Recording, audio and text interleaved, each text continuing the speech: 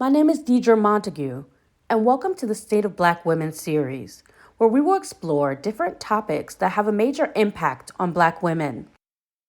Today is the first episode of the series, where we will be discussing the role of local and national politics and Black women with two special guests. Next up, I'll be in conversation with Boston University's Assistant Professor of Political Science, Christine Slaughter.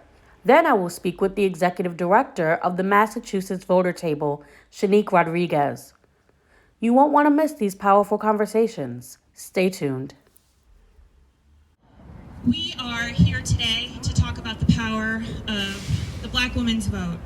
And we all know that the 19th Amendment, which was ratified more than 100 years ago, is often hailed with granting American women the right to vote. But we know that most Black women would wait another 5 decades to actually be able to exercise that right to vote.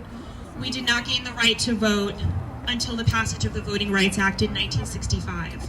So we are here because we know that our mothers, our grandmothers, our aunties, all the Black women who came before us marched and sacrificed so that we could have this right, and it is not a right that we take for granted. That sound you just heard was from the Black Women Voter Rally in Hartford, Connecticut, where the executive director of She Leads Justice, Janae Woods Weber, spoke to the crowd about the importance of the Black women vote in October. Welcome back. I'm Deidre Montague, your host for the State of Black Women series. Today's episode will focus on politics and its role and impact on Black women. Our first guest is Boston University's Assistant Professor of Political Science, Christine Slaughter, whose research specializes in race and ethnic politics, American politics, political psychology, political behavior, and politics of inequality. Let's listen in.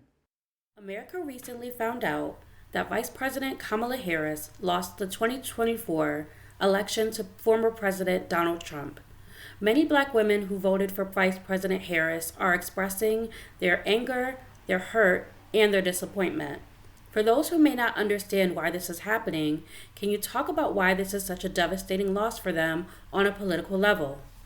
What's important to understand this election is to look back at the fundamentals. So that is, how's the economy? What party is in power? And I think what we saw was when Joe Biden announced that he wasn't going to seek re-election in July, and we saw that Vice President Harris became the nominee.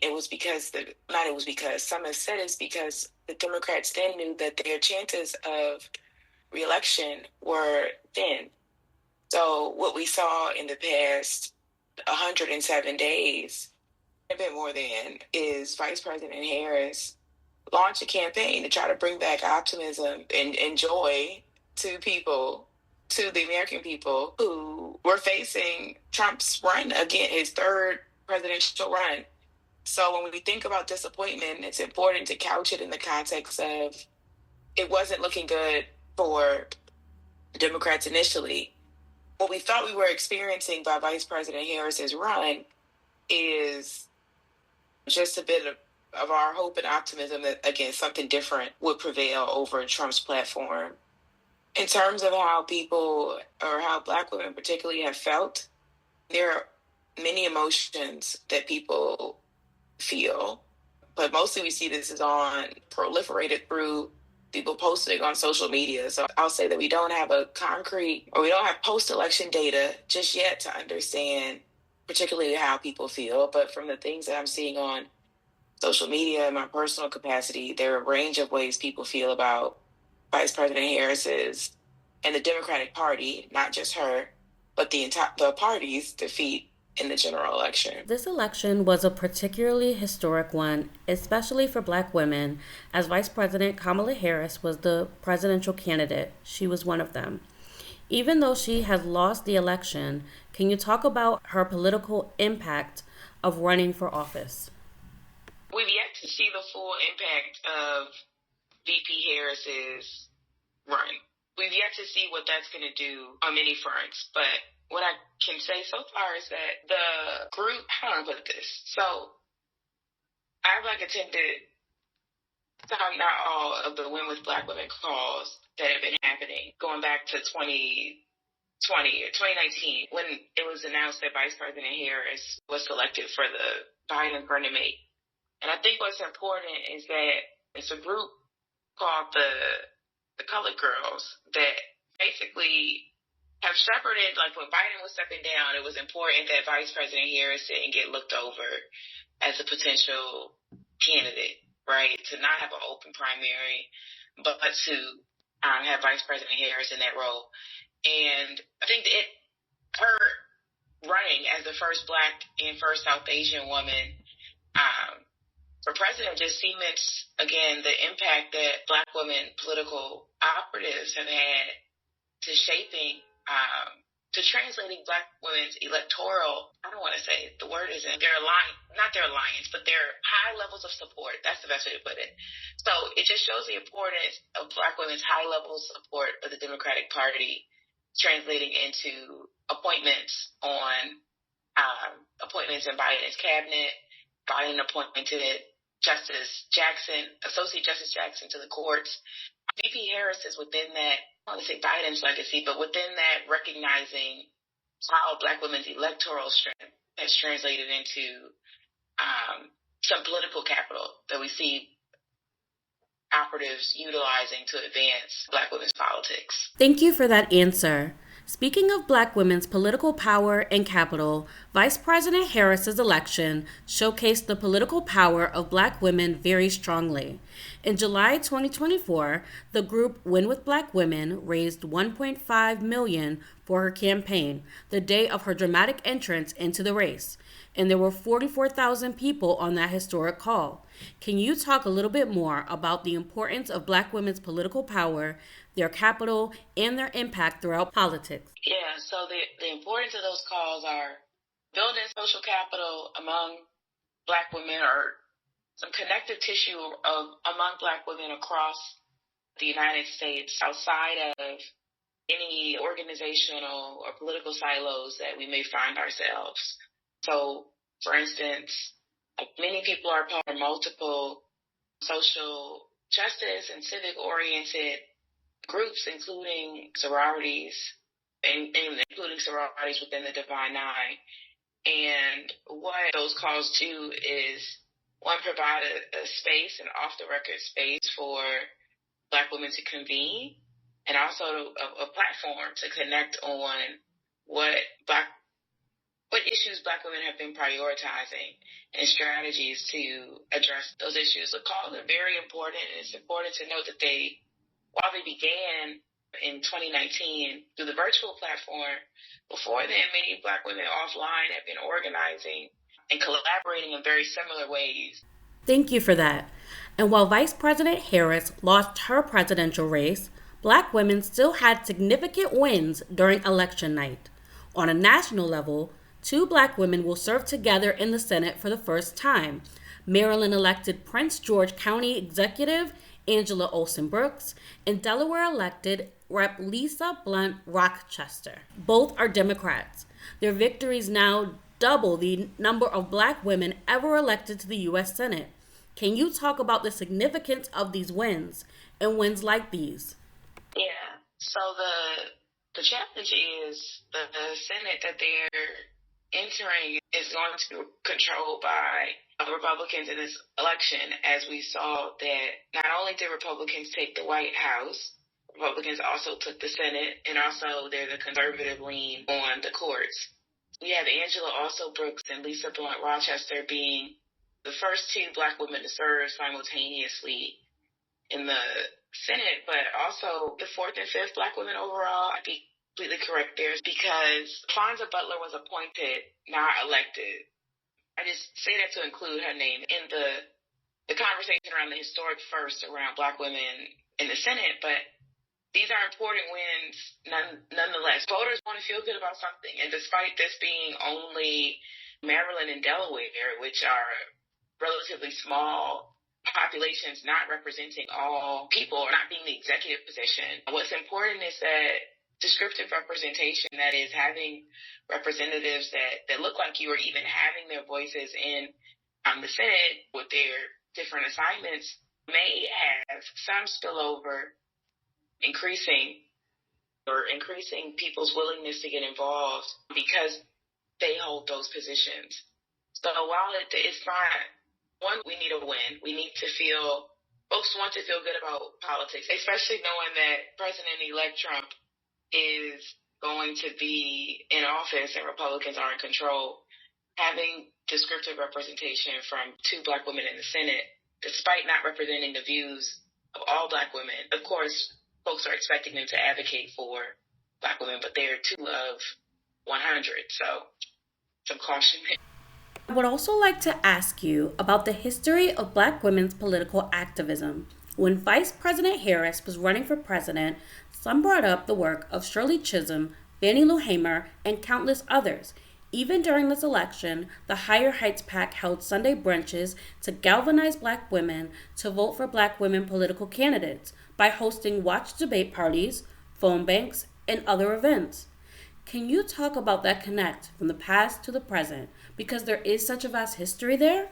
Yeah, so Shirley Chisholm. So yes, Vice President Harris, of course, has reached the highest ceiling, but she reached the highest that any Black woman has sought executive office by, 1, being the vice president, and now 2, being a former candidate or being the candidate for the Democrats during the 2024 elections. Of course, her first stand out on their own, but again, the Higher Heights Political Action Committee has been in existence for a long time, not just, but definitely before she office and supporting Black women candidates. Yeah, you have to quote me on the year that they began, but it definitely does not coincide with Kamala Harris. They were around way before VP Harris ran for presidency, maybe during her time in the Senate or as Attorney General, but definitely look into what year that is. In terms of how it connects, much different than Shirley Chisholm. Shirley Chisholm served in Congress. She also the child of immigrants serving in a progressive place like New York, similar to VP Harris serving in California, but she was not a lawyer, was not a law enforcement officer. While her run is historic to run for Democrats, as countless other Black women have run on a third party and independent tickets, even in this election. We just have to recognize VP Harris's run as it is within the 2-party system and as she broke many ceilings in her own regard. Thank you for that. And my final question is, how do you think Black women will continue to engage with political activism now that these election results are out? Do you believe it will change? I think it's hard to have a crystal ball to say how will we result or what will Black women activist leaders in the aftermath of her loss. We haven't been we're an unprecedented, Democrats have lost elections before, but it definitely feels different being a Black woman candidate that was supported by what felt like so many. But obviously when we look at the results of the election, we see that the support for VP Harris may have been overblown or concealed because many places shifted more Republican. I say all that to say that if history is a guide, we should expect people to continue to fight for the democracy that they want to live in, or to fight for the leaders that they want to elect, or the policies that they want to see enacted. If we think that using the past as prologue, that's what we should see. However, we should also recognize that there may be frustration, not just among Black women voters, but progressives in general, that the election results are what they are, because despite abortion being on the ballot in many places, there's some places that voted for Donald Trump as president, or that Donald Trump has the majority of the electorate, but passing abortion measures, so protecting women's right to an abortion. And, Trump has came out saying that he doesn't support abortion. So then you may say, is there something particular about VP Harris, PROF, maybe her race, maybe her gender, maybe her attachment to Biden, that led people to distance from her, but support the things that she stood for, such as a woman's right to choose. It can go in many directions, but right now, I think, like you asked in your initial question, many people are frustrated by just loss, which is what we should expect. No one is happy to lose. And it's a devastating blow, the manner to which losing the popular vote and the electoral college. Time will tell, but it seems that we should see what similar to what we saw in 2016 with resistance to Trump's presidency from folks who have power at the state level. Thank you so much for your time today, Professor Slaughter. I really appreciate it.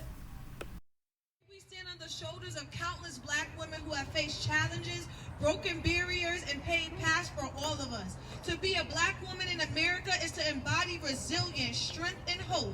It is to be a pillar to our family and community, a defender of justice, a guardian of dreams. Through history, Black women have not only been the backbone of our communities, we have also been the heartbeat of the movement.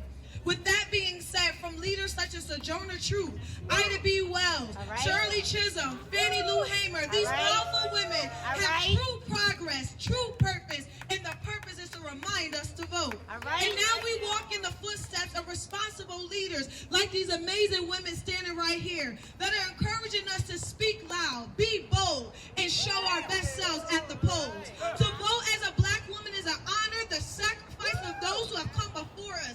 It is to affirm the worthy of equal rights, opportunities, and respect. We deserve respect. Our vote is our right. It is our voice in this system that impacts us and impacts our lives, our families, and our communities. Voting is how you ensure that issues that Black women are facing are put on the front.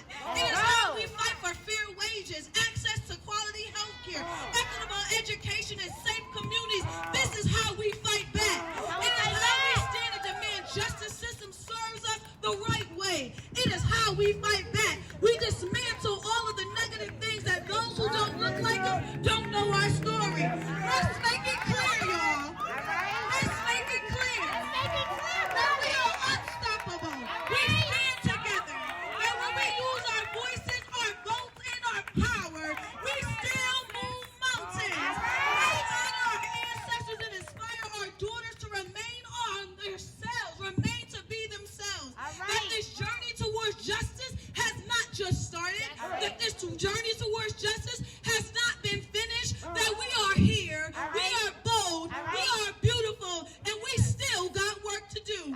We're standing up, we're showing up, and we have to speak truth to power. So when you show up at the polls, make sure you bubbling the right people, and those people are right here. So show out, let your voice be heard. Welcome back. I'm your host, Deidre Montague.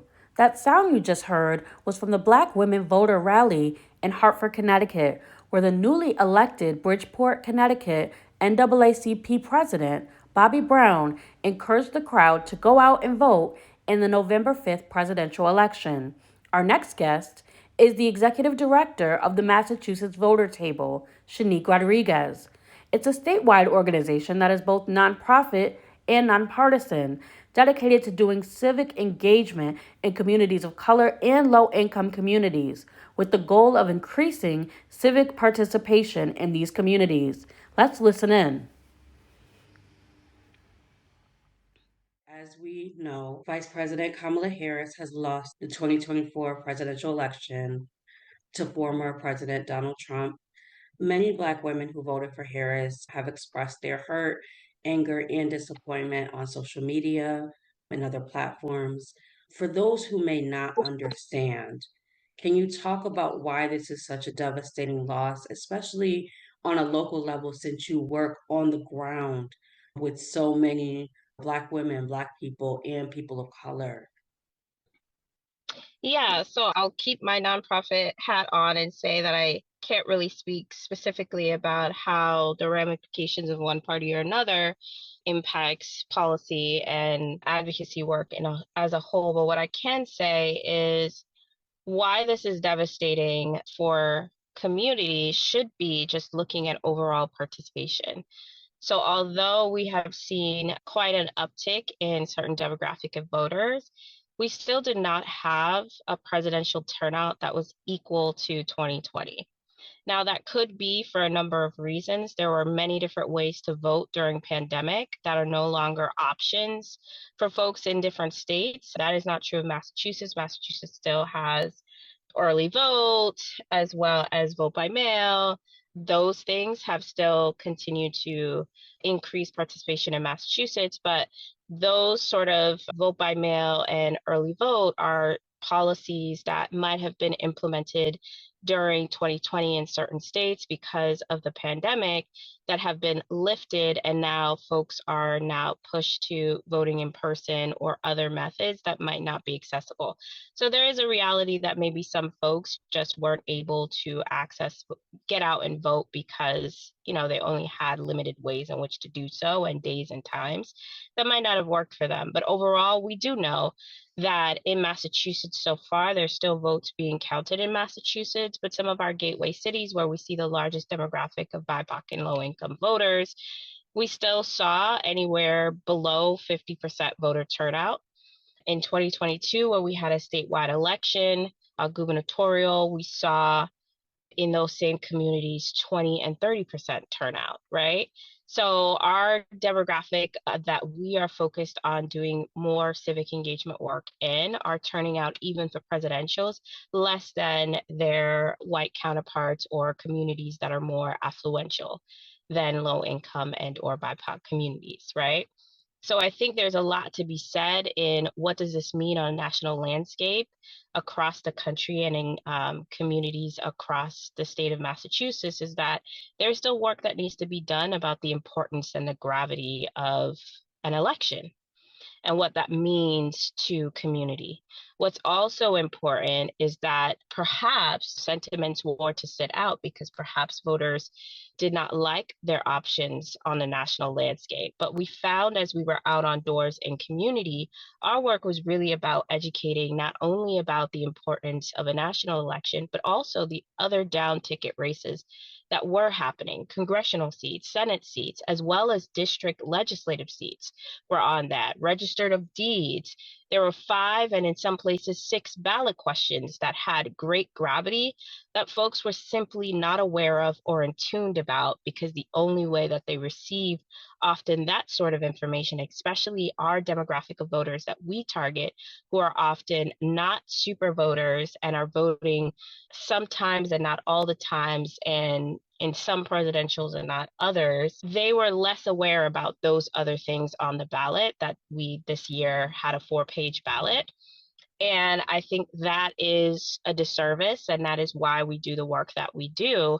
But when we do that, the impact is not just about whether or not the president of the United States is going to adhere to an agenda that works for the most marginalized of communities.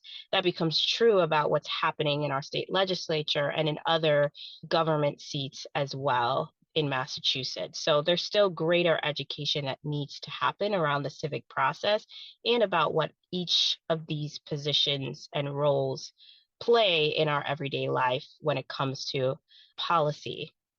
You were talking a lot about how many of the populations of voters that you serve are not super voters.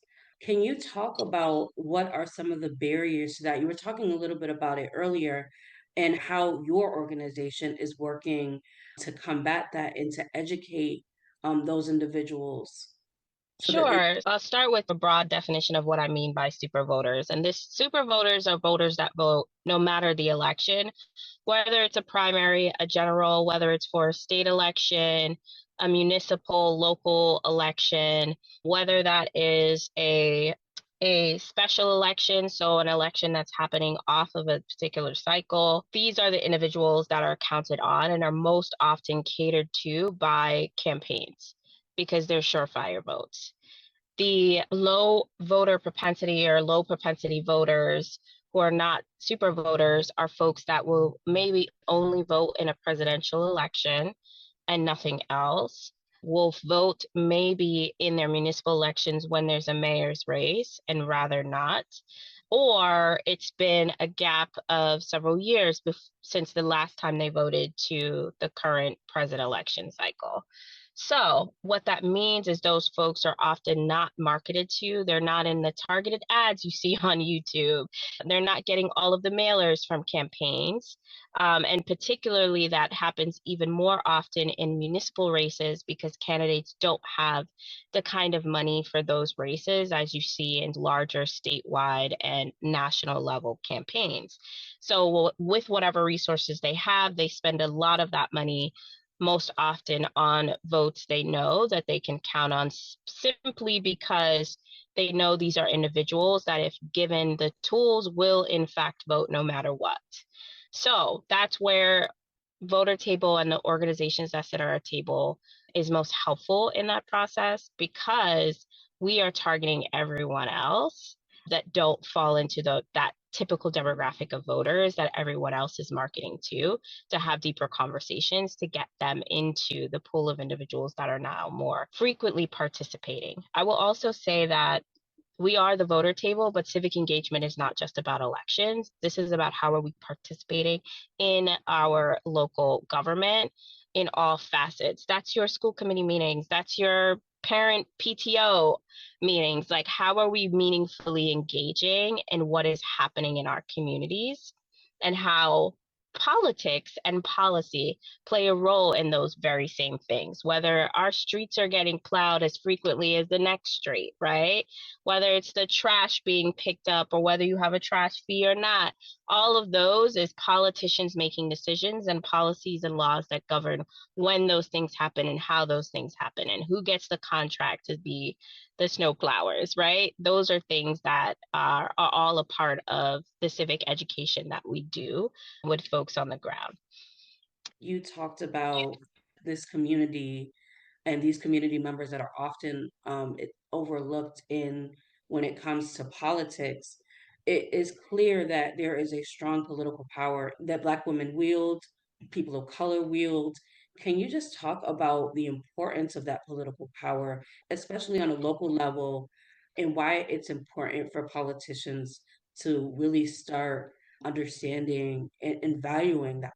Yeah, I'm going to say a couple things here. I would say that power exists if you are able to understand and grasp what that means. So in our present democracy, there is levels of participation that exist, but only those who have the knowledge of how those systems and processes work actually have the power in that, because they know who they should call, when they should call, what meetings to go to. They have these tools and this knowledge that allows them to participate and be able to get more out of legislators than others. And that's who legislators are accountable to, unfortunately. The role of a civil servant is not just to serve those who vote for you or those who often talk to you or those who can afford lobbyists. Your role is to do all of those things and also be thinking about the folks who you don't see every day, who aren't able to talk to you every day, or may never engage you, or maybe not even have voted for you.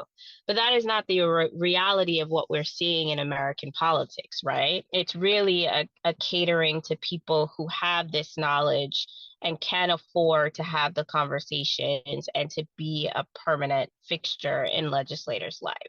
However, that doesn't mean that we don't all have that same power as voters and as residents of a district or a community in which an elected official, whether you can vote or not, because this is true of permanent residents. My story into this work was I was a naturalized citizen of this country. I'm originally from Kingston, Jamaica. I did not come into this country having this natural born right to participate in American democracy. That was something I paid for to be able to do. And so obviously as a new voter and as a new citizen, I spent a lot of time trying to understand this newfound power that I didn't have. But what I did know is that before I had the right to vote, I was still a taxpayer in my community. My parents were business owners for 15 years, participated in their local neighborhood councils, et cetera, as business owners. And we volunteered at local soup kitchens, et cetera. We were not unaware of what was happening in community, and we were contributing to our communities. And therefore, we still had the right to show up at City Hall and talk about the importance of supporting small Black-owned businesses in our community. That was still a right that was afforded to us. You simply just had to know those things. And so what is important is making sure that people understand just how much power they have in the democracy process and system, and also understand that with great power comes great responsibility. It's not just about going out and voting. It's about holding the people we elect accountable to what they promised when they were running or to what you have asked them to do. And it's because we are not holding folks accountable that we have some politicians running amok or making decisions not on the best interest of all community. So first, we need to be doing better education about just how much power one can have in a system and how to utilize that and how to hold legislators accountable. But also, tangentially, when people have that knowledge, they are more likely to run themselves if they understand the systems, the structures, and the power of what these seats do. When we think about, oh, there's not enough women of color, there's not enough candidates running that are from our communities, that is also because our communities know nothing about what it means to run for office, or sometimes they run for office and then they join a structure they know nothing about and there's no resources to support them. And so as we do civic engagement work, we are also thinking about what are the pipelines to get people more engaged so that we can, in turn, bring more resources and power to community. And how do we get community to participate even in the process of becoming the next leaders, civil servants as well? So I think it's all of those things, but I really think that people are not recognizing it because they don't understand it fully. You talked about that there aren't as many politicians of color, there aren't as many Black women running. While VP Harris lost her national race, Black women still had some significant wins locally. On a national level, Democratic Rep Ayanna Pressley, she was reelected. And on the local level, State Rep Brandy Fluker Oakley was reelected. State Senator Liz Miranda, they were all reelected to their post. Can you talk about the significance of those wins, especially not having as many of us in those seats? I think the significance of this win, particularly individuals that you spoke about, is that they do a very good job of leading on really important issues that impact folks in community as well as our BIPOC folks. A lot of their political policy making have really been beneficial for community, and that track record alone increases participation. I think you will see that as we look at results community by community, you'll see that there are people who did choose not to vote in the presidential election, but still vote for candidates like Ayanna Pressley. The work often speaks for itself and is felt by community. I think there are some politicians that grandstand a lot, but aren't actually passing meaningful policy or backing meaningful change. And I think some of our candidates, especially our leaders of color, especially the ones you spoke about, have done a really good job of listening and showing up as their full selves as well, and are unapologetic about who they are, where they come from, what their family has been through, and have really centered their personal story and their communities and how they lead in government. And I think that's a beautiful thing that increases what turnout may look like. This year at the voter table, our main messaging and one of our national messaging campaign was vote for something. That you didn't have to vote for everything, but vote for something. And for a lot of people, that can be exceptional legislative leaders. That could have been one of the 5 or 6 ballot questions this year, more so than anything else. And I think that that is okay. Part of being able to access voting is being able to make a decision on what you want to vote for rather than what you're told to vote for, right? What aligns with you. And sometimes everything on the ballot does not align with how you feel personally. And it's okay to just vote for the things that is more impactful and most meaningful to you, your community, your family, etc. So I think that there is that. I also think that there is, the more that you see folks of color in these positions, is the more inspiration the next generation has about seeing themselves in that role. There was a point in my lifetime where, I was 20 something before we had a Black president. And I was 19 when Obama got elected. When I think about our municipal races here in the city that I lived, I was 25 before there were ever a larger percentage of people of color and young professionals that were on our local city council than ever before in the history of the city. And so I think the more that we are getting our folks involved, the more that we are also pulling young folks into this process, is the more that we'll see more diversity of our leaders, not just in race, but in ideology around and stories about who they are and where they're from. I think you can see that in the dichotomy of leaders in Boston City Council as well. The stories and the types of leaders that have moved into positions of civil service coming from different backgrounds, different neighborhoods. And I think it starts with continuous education. And I keep droning on about it, but it's a continuous education of our people, and also making sure that as we're doing that, we are also doing that with our young folks as well, and creating a path for their civic engagement to start earlier than maybe some of the folks that are my generation or the generation before mine are. For many people, it's not till their 20s or 30s that they're really involved in civic engagement. I think it's important that we also pull up our young folks as well and bring them into the process. And I know that that was deeply spoken about on a national level. And, the Harris campaign has received criticism on that, about not really catering to young folks and young leaders in the movement as well. But I think that that is not just a Harris thing. I think that inherently has happened in several elections, not since Obama's first run, who did an incredible job really running campus campaigns as well, and investing in campus leaders to do civic engagement and voter education work. But I think we all could collectively do better at that, for sure. Thank you for that. And my last question is, you were talking a lot about all year round education in communities of color. Can you talk about really the importance of why this education needs to happen all year round and not just a national election? Why is it important to vote for, to be involved in, like you said, your PTO meetings and Mhm. other boards that happen on a local level? Yeah, I will always say that politics and policies is happening 365 days a year, 24/7.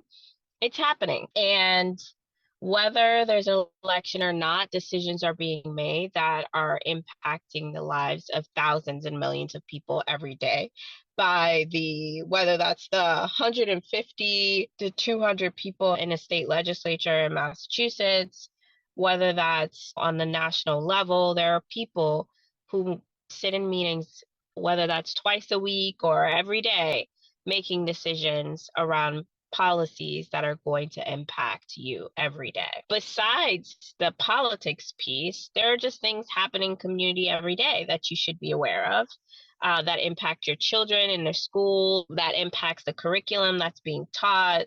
And I think that education needs to happen early and often. What we know is that with low propensity voters, it takes around 3 passes. We say passes, but what that means is I need to talk to you 3 times in order to get you to do a thing, specifically voting, but it's also true about taking action.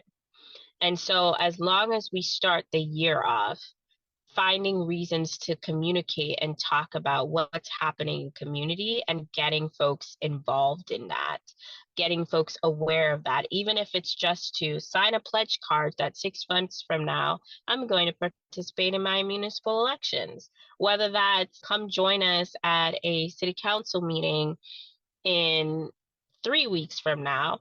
People need to get more engaged to understand what is really happening in community and who's making what decisions.